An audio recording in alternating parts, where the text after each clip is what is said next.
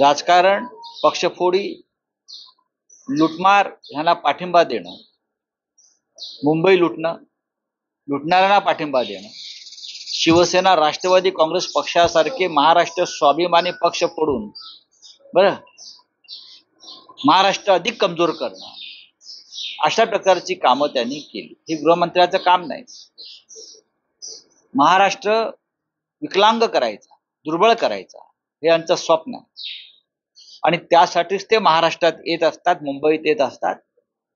म्हणून महाराष्ट्राची जनता त्यांना या राज्याचा शत्रू मानते. लालबागच्या राजाच्या दर्शनाला येत आहेत, येऊ द्या ना. मला तर सारखी भीती वाटते की ज्याप्रमाणे मुंबईतले अनेक उद्योग त्यांनी पळवले, गुजरातमध्ये अनेक संस्था पळवल्या गुजरातमध्ये, त्याप्रमाणे एक दिवस लालबागचा राजा पण गुजरातला नेणार नाहीत ना. लालबाग का राजा